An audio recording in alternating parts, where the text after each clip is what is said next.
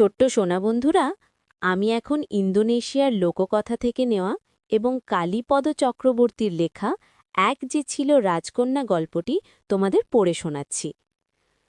ছোট্ট সোনা বন্ধুরা, পশ্চিম জাভার রাজা ছিলেন প্রাবো। সেখানকার লোকেরা খুব খুশিতেই দিন কাটাচ্ছিল, তাদের কোনো সমস্যাই ছিল না। কিন্তু সে রাজ্যের রাজা ও রানীর মনে ছিল খুব দুঃখ। তাদের কোনো সন্তান না থাকাতে তাদের মন সব সময়ই খারাপ থাকত।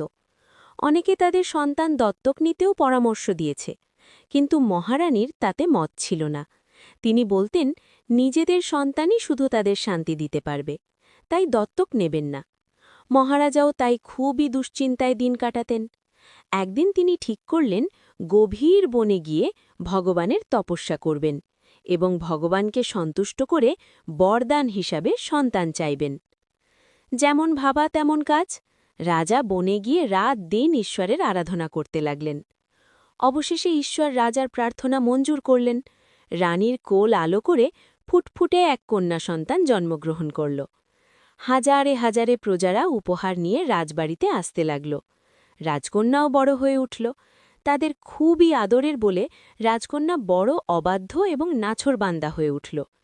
এমন সব জিনিস চাইতে শুরু করল যা জোগাড় করা দুঃসাধ্য হয়ে উঠছিল। রাজকন্যা যত বড় হয়ে উঠছিল, তার রূপও তত বাড়তে লাগল। দেখতে দেখতে রাজকন্যার 18তম জন্মদিন এল। রাজকন্যাকে উপহার দেওয়ার জন্য রাজা স্বর্ণকারকে ডেকে সুন্দর একটি হার তৈরি করিয়ে নিলেন। অবশেষে সেই দিনটি এলো। রাজপ্রাসাদ লোকে লোকারণ্য হয়ে উঠল। সকলেই রাজকন্যার সৌন্দর্যের গুণগান করতে লাগলেন। তারা বলতে লাগলেন, তাদের রাজা খুব দয়ালু, মহান, ইত্যাদি ইত্যাদি।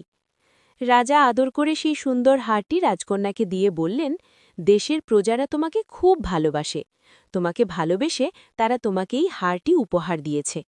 আশা করি হারটি তোমার পছন্দ হবে। রাজকন্যা কিন্তু হারটি পেয়ে মোটেই খুশি হল না, বরং মুখ কুঁচকে সামনের দিকে তাকিয়ে বলল, এমন বিচ্ছিরি হার কখনো কারো পছন্দ হয় নাকি? বলেই হারটা সে ছুঁড়ে ফেলে দিল। হারটা মাটিতে পড়তেই টুকরো টুকরো হয়ে চারিদিকে ছড়িয়ে পড়ল। উপস্থিত সকলে হতবাক হয়ে রইল।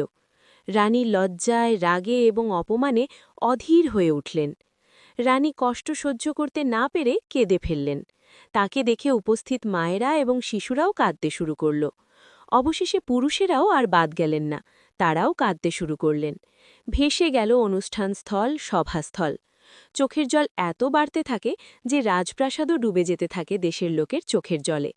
নিশ্চিহ্ন হয়ে যায় সেই রাজ্য। সেখানে তৈরি হয় বিরাট এক হ্রদ।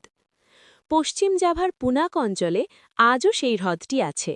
লোকজনেরা তাকে রঙিন হ্রদ বলে। চারিদিকের গাছের ছায়া যখন ওই হ্রদের জলে পড়ে, তখন হ্রদের জল হয়ে ওঠে রঙিন হয়ে। আর তখন হ্রদটিকে দেখে রঙিন বলে মনে হয়। লোকজনেরা বলেন, রাজকন্যার হাড়ের সৌন্দর্যের জন্যই নাকি হ্রদের জল এত সুন্দর। আজও ভ্রমণার্থীরা ওই হ্রদের মনোরম দৃশ্য দেখতে গিয়ে হাজির হন সেখানে। বর্তমানে রঙিন হ্রদ নামেই এই হ্রদটি এখন বেশি পরিচিত। তোমরাও যদি ওই দেশে বেড়াতে যাও, তবে এই হ্রদটা দেখে আসতে ভুলো না যেন।